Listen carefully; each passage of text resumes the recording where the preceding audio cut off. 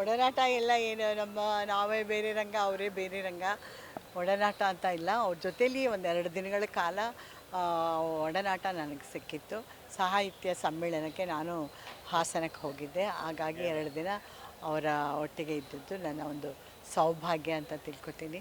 But ಅವರು ಅಂತ ಮೇರು ಕಾದಂಬರಿಕಾರ ಮತ್ತು ಸಾಮಾಜಿಕ ಕಳಕಳಿ ಉಳ್ಳಂಥ ಒಂದು ಕಾದಂಬರಿಗಳನ್ನು ರಚಿಸಿದವರು. ನಾವು ಈ ಮಹಾಭಾರತ ರಾಮಾಯಣ ಅದೆಲ್ಲ ಅಂತಂತಂದರೆ ನಾವು ಪರಮಾತ್ಮ ಪರಮಾತ್ಮ ಅಂತ ಅನ್ಕೋತೀವಿ, ನಮಸ್ಕಾರ ಮಾಡ್ಕೋತೀವಿ. ಅವರು ಅದೆಲ್ಲ ವಾಸ್ತವತೆಯೇ ಬೇರೆ ಇದೆ ಅಂತ ತೋರಿಸ್ಕೊಟ್ಟಂಥ ವ್ಯಕ್ತಿ ಅವರು. ಅವರ ಕಾದಂಬರಿಗಳಲ್ಲಿ ಅವರು ನಮ್ಮ ಹಾಗೆ ಮನುಷ್ಯರು ಎಷ್ಟು ಕಷ್ಟಗಳನ್ನು ಪಟ್ಟಿದ್ದಾರೆ ಏನು ಅನ್ನೋದನ್ನು ತೋರಿಸ್ಕೊಟ್ಟಂಥವರು. ಆ ಕಾದಂಬರಿಗಳನ್ನು ಓದಿ ನಮ್ಮ ವಿಚಾರ ಏನಿರುತ್ತೆ ಅದನ್ನು ಬದಲಾವಣೆ ಮಾಡಿಕೊಂಡವರು ನಾವು. ಸೊ ನಾವು ಹೇಗೆ ನಡ್ಕೋತೀವಿ, ಸಮಾಜದಲ್ಲಿ ಹೇಗೆ ಒಬ್ಬರಿಗೆ ಉಪಯೋಗ ಆಗೋ ಹಾಗೆ ಹೇಗೆ ನಡ್ಕೋಬೇಕು ಅದಷ್ಟೇ ಮುಖ್ಯ, ಬೇರೆ ಯಾವುದೂ ಮುಖ್ಯ ಇಲ್ಲ. ನೀವು ದೇವರನ್ನು ಪ್ರಾರ್ಥನೆ ಮಾಡ್ತಿರೋ ಬಿಡ್ತಿರೋ ಅದೆಲ್ಲ ಗೌಣ. ನೀವು ಹೇಗೆ ಒಳ್ಳೆತನದಲ್ಲಿ ನಡ್ಕೊಂಡು ಇನ್ನೊಬ್ಬರಿಗೂ ಉಪಕಾರಿಗಳಾಗಿ ಬದುಕ್ತೀರಾ ಅದಷ್ಟೇ ಮುಖ್ಯ ಅನ್ನೋದನ್ನು ತೋರಿಸ್ಕೊಟ್ಟವರು ಭೈರಪ್ಪನವರು.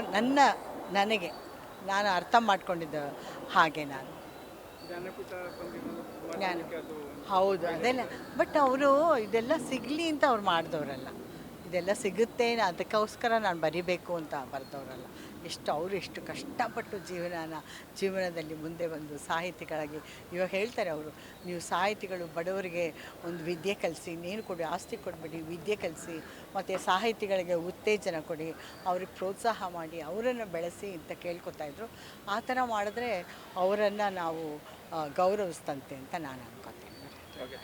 ಕ್ಷಣ ಕ್ಷಣದ ಸುದ್ದಿಗಳಿಗಾಗಿ ಫ್ರೀಡಂ ಟಿವಿ ಸಬ್ಸ್ಕ್ರೈಬ್ ಮಾಡಿ, ಲೈಕ್ ಮಾಡಿ ಹಾಗೂ ಫಾಲೋ ಮಾಡಿ. ಹೊಸ ಸುದ್ದಿಗಳ ನೋಟಿಫಿಕೇಶನ್ಗಾಗಿ ಬೆಲ್ ಐಕಾನ್ ಮೇಲೆ ಕ್ಲಿಕ್ ಮಾಡಿ.